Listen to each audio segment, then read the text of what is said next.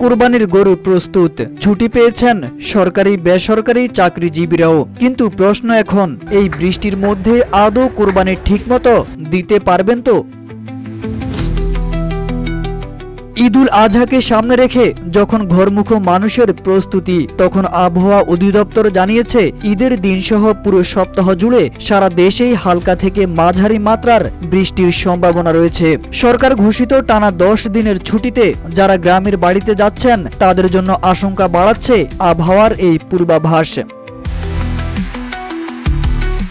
আবহাওয়া অধিদপ্তর জানিয়েছে 2 জুনের পর থেকে দেশের বিভিন্ন অঞ্চলে থেমে থেমে বৃষ্টি হবে, যা চলবে ঈদের দিন পর্যন্ত।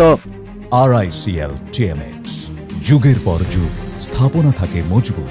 যদিও ঈদের 3 দিন আগে পরিস্থিতি আরো স্পষ্ট হবে, তবে এখনই ধারণা দেওয়া হচ্ছে সারা দেশে বৃষ্টির সম্ভাবনা থাকছে।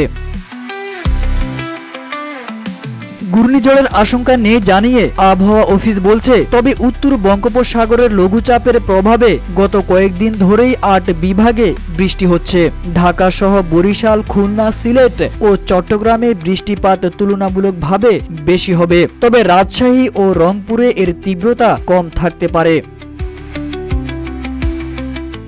এর সঙ্গে যোগ হচ্ছে ভ্যাপসা গরম, বাতাসে জলীয় বাষ্পের আধিক্যের কারণে গরম লাগবে বেশি। 7 জুনের পর দেশের তাপমাত্রা 32 থেকে 36 ডিগ্রির মধ্যে উঠানামা করবে বলেও জানিয়েছে আবহাওয়া অধিদপ্তর।